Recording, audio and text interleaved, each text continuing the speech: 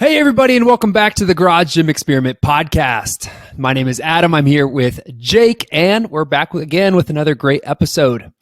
Tonight's episode, we're going to be covering new products that are hitting the market. We'll get into those survey results, and then we'll finish up with Jake giving me another product idea.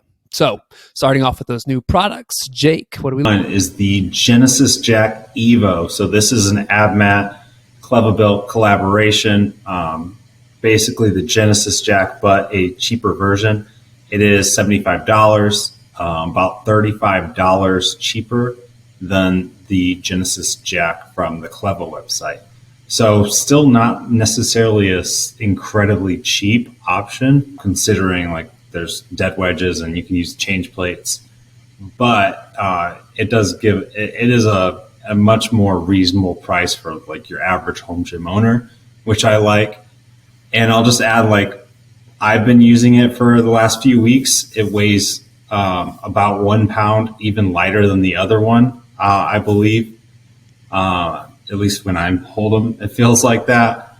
And it feels like it's just as strong. So while, like, the online pictures may not seem like it looks kind of like a cheap material from the pictures, but in general, it's just as strong. So what would you describe, like, the material that it's made out of? Because I try to get like not a visual, but I'm trying to guess what it feels like, and from the pictures I can't tell.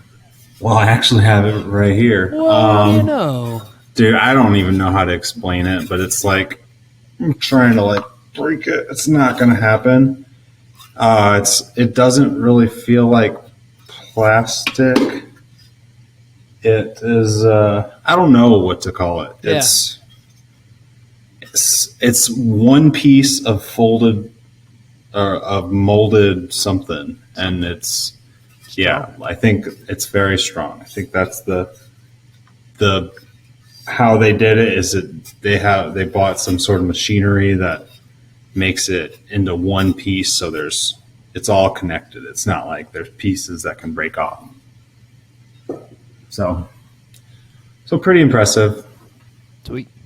Nice way to support, American made. If you want to add something.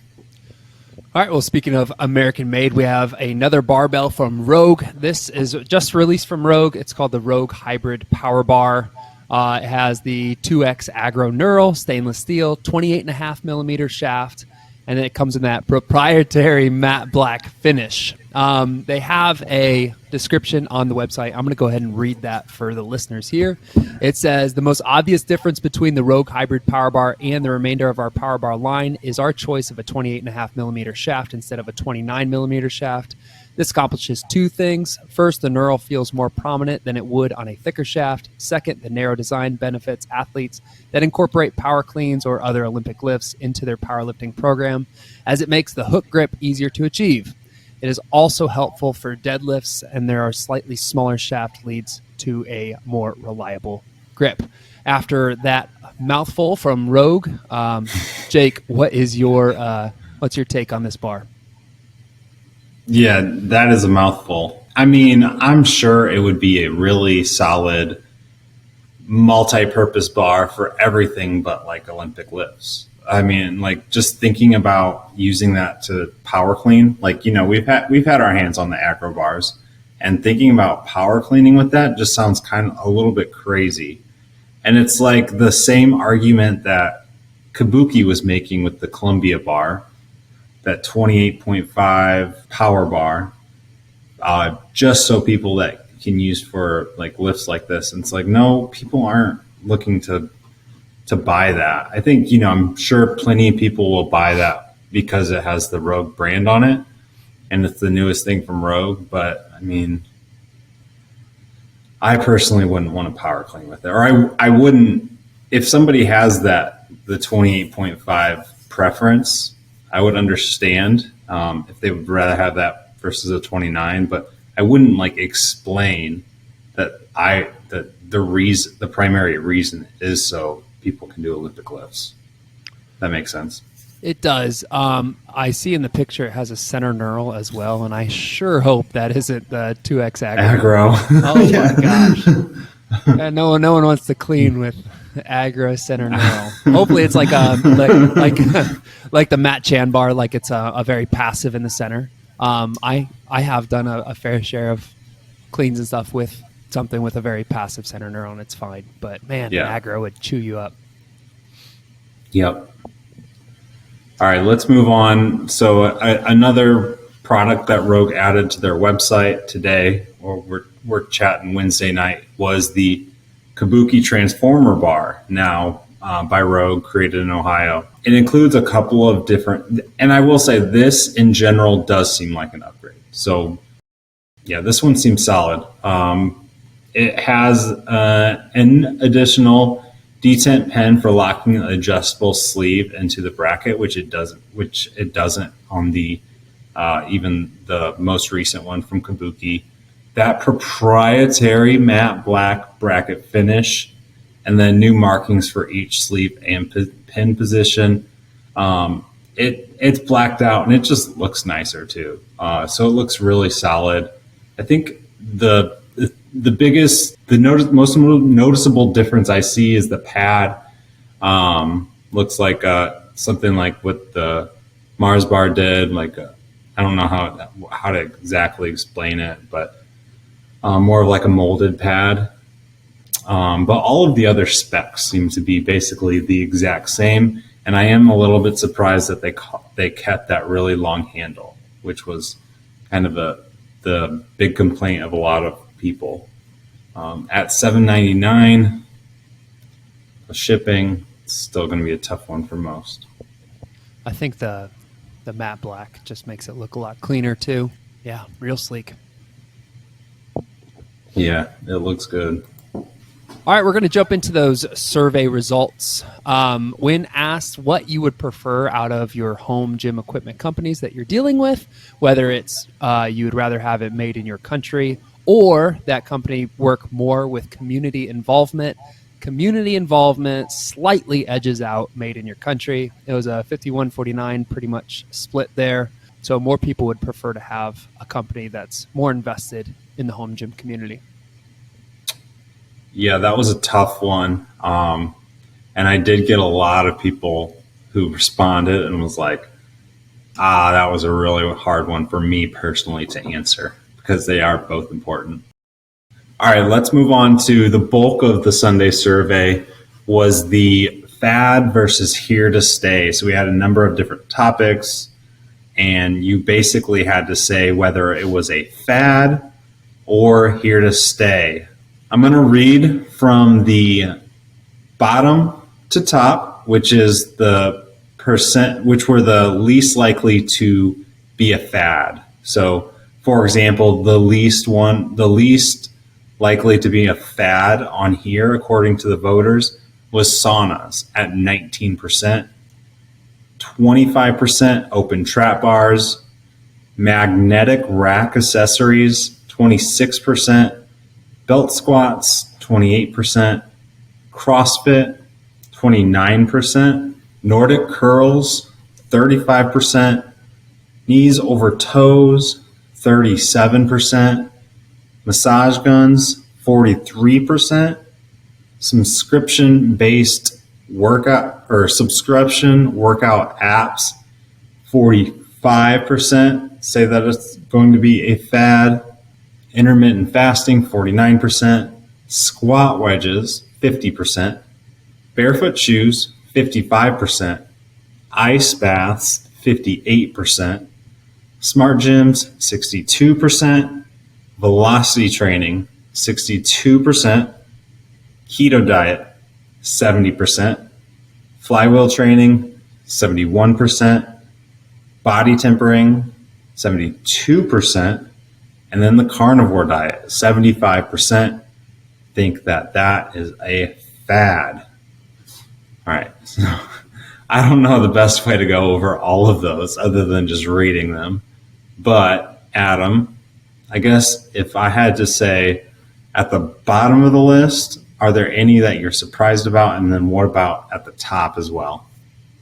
Whenever a movement, like one single movement, is supposedly here to stay, that makes me feel like A fad to me is something that gets a lot of attention. Like there's a lot of these things that are fads, but that doesn't mean that they're not useful in some capacity. But Yeah. they're just getting a lot of attention right now. So in that way, they are a fad. It doesn't mean they're ever going to go away. But when you say that like Nordic curls are here to stay, like that's a single movement. That that'd be like saying like the barbell squat is here. I don't know. It's a very unique movement, but like it's a single movement. Like, and there's a lot of attention going to that single movement right now. In that way, I do think it's a fad. But that doesn't mean that you shouldn't incorporate Nordic curls or work on them or anything like that. But I do feel like it's a fad and all the attention it's getting right now. Yeah. What do you All think? right. So let me tell you about a few that I was surprised by. So while I do like magnetic rack accessories, I'm surprised that only 26% thought they were a fad. So I thought, like, I don't necessarily think they're a fad. I think they'll continue, but I'm surprised the majority agreed. I think 71% saying flywheel training is a fad. So flywheel trainers are awesome. If you ever get the chance to use them, they are just really expensive right now. So I don't think a lot of people have.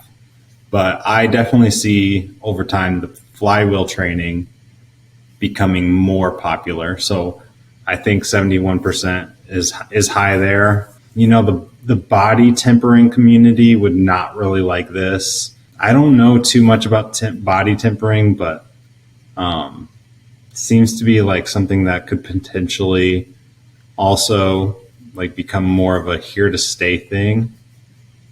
Yeah, I think that one's tough for a lot of people because you need someone to perform it on you. Like a lot of our home gym people are training alone or like with a spouse. Right. It's not. I don't think their wives are getting on top of them with a big heavy wheel of steel. So Right. Well, I think 58% saying ice baths are a fad. I don't think they're. I think it's kind of like how you explained earlier. Like there's like a lot of scientific research saying how like they can help in certain ways, but it's everywhere right now. So it's like eventually it's going to just be like more normal and you don't find yourself videotaping it, so things like that. I do think subscription based workout apps are going to continue. Yeah. I think like saunas, open trap bars, belt squats, CrossFit, those don't seem like they're going anywhere. But so anyways, I thought this was interesting just to see what people thought. And this is pretty cool data, I think, right here. I agree. The last set of questions that we had to do with your rack and how you use your rack. So the first question was, do you have a flat foot rack? Is that the style that you use? 34%, we'll say 35% do have a flat foot style rack, while 44% do not. That leaves us with about 21% not really sure what kind of rack style they have. Flat foot being that it, has flat feet, and not meaning that it stands on its four posts. And then, do you deadlift within your rack? So yes, often was only about 9%. Yes, rarely it was about 11%, but most people are deadlifting outside their rack. Around 80% of the people, when they're pulling, they're out in some open space. Jake, where do you deadlift? Not in your rack. Definitely not in my rack. You got a busy rack, though. I wouldn't squat in my rack unless I had no space anyways. So do you squat? I wouldn't deadlift in my rack unless all I had was like a rack and no space around it. Yeah. I have deadlifted in my rack, but it was like purely I was too lazy to like set up. I just took the bar off and went straight down to the floor. And I don't like it. I feel very like my rack is, I don't know how many inches apart, but there's not a ton of room in there. And I just prefer space. Yeah. So. Yeah. Well, these questions were kind of one off, basically asked about, we were asked to ask because it may turn into like this data might help create a potential problem. So we'll see. Not a ton of people deadlifting in the rack though. So, No. And then finally, I have a product idea. So this one's a little more niche, but I think it might add a little more versatility to your Smith machine if you have one, or even if you're going to a gym, or there's gyms with a lot of Smith machines. So basically what I'm thinking is a multi-grip attachment for a Smith machine. I also think there's like other attachments that you can add with this this idea, but basically what I'm thinking is some sort of attachment that you would add below the bar. So it would snap onto the bar in the form of a multi-grip bar just underneath it. And then you could use it for multi-grip Smith machine bench pressing, and then also shoulder pressing. I imagine something that you could like also another contraption that you could like connect to the bar, throw it on your shoulder and do like front squats. Something like that. Like I know Force USA has the vertical leg press attachment. So you put like this big steel plate, lay on the ground and put your feet on that steel plate and move it up and down, and you have like a leg press attachment. And then in just like an ideal world, this would be really easy to take on and off. So that's my idea. I like it more for like squat movements. A multi-grip could be cool, but like my head went straight into like safety bar squats. And then even with something that went over your shoulders and you're on like a slant board, you could turn like your Smith machine into a hack squat. Yeah, but putting safety or specialty bars into a Smith machine could be cool. What are your feelings on Smith machines, Jake? I like them. Get a lot of hate. They get a lot of hate, but I think if I had one, I would use it a decent amount, especially for like accessory movements and like supersetting. So I've always been a fan of the Force USA racks. Yeah. And I think like having that would be, I would find ways to use it. So yeah, I personally don't know of many better ways to burn out better than a Smith machine, and I like doing stuff like that. It's just it just takes up so much space unless you have something like that, a Force USA rack. So I used to be on the like I hated them train, and then I was following some bodybuilder on YouTube, and he used them for incline bench as just like really isolating and just like high rep stuff. And so when I was going to commercial gym, I did a lot of that, and then I quickly loved that movement with the Smith machine. So yeah, I would love to have one. As far as your idea, I'd give it a 7, but it would be for someone who you got a lot of use out of a Smith machine. Yeah, and that's the thing. Not many people have one, but cool. Brian Shaw has one in his home gym. So does he? It's pretty strong. Yeah, he does. I mean, I just feel like it would add quite a bit. So, and then I do. Sorry, it's going off on a tangent. I do have another old business idea that I'll just mention because I'm never going to do it. But all right, so F45 and like CrossFit, like their business models are like these classes, right? So I think there's no like, I think there's a gap in that market. I think there's a ton of people that like go into that stuff because like you just do whatever they tell you, you're in and out, and you're done in an hour. So it's and there's like a community, like there's a lot of people that just value that. I think, think about like our football workouts back in the day where it was like you were in stations, like you're in groups of like 2 to 3. You had like, and I'm also thinking of a little bit of college, so I might be mixing a little bit up, but you're in like groups of like 2 to 4, I would say. and you're doing more of like strength training stuff. Like you have like 8 different stations. You move from the squat station to the row station to the plyo box station, and you go in like a circular movement or whatever like that. So I just think there's an opportunity for somebody to do like that, but for like strength and conditioning focus, or like becoming a better athlete. Less about burning calories, more about like building strength. Yeah, and I think you get the guy crowd. Like you get a bunch of guys doing that. Yeah, makes sense. I think it's, yeah. I got you. Yeah, I think if you branded it right, you can do that. But Sweet. anyways, that's going to do it. That's going to do it. Well, guys, if you liked tonight's episode, be sure to keep your eye out for new episode releases wherever you listen to podcasts. Stay involved on our social media sites by following Garage Gym Experiment and taking part in our Sunday survey on Instagram so that you can be a part of these conversations. Like, follow, subscribe to the channel on YouTube, and get involved on our website for all your home gym content needs. Speaking of our website, be sure you're following Home Gym Con. You can do that on Instagram and at homegymcon.com. It's coming up soon in April, and we can't wait to see you all there. Jake, do you have anything else left for the listeners? Nope.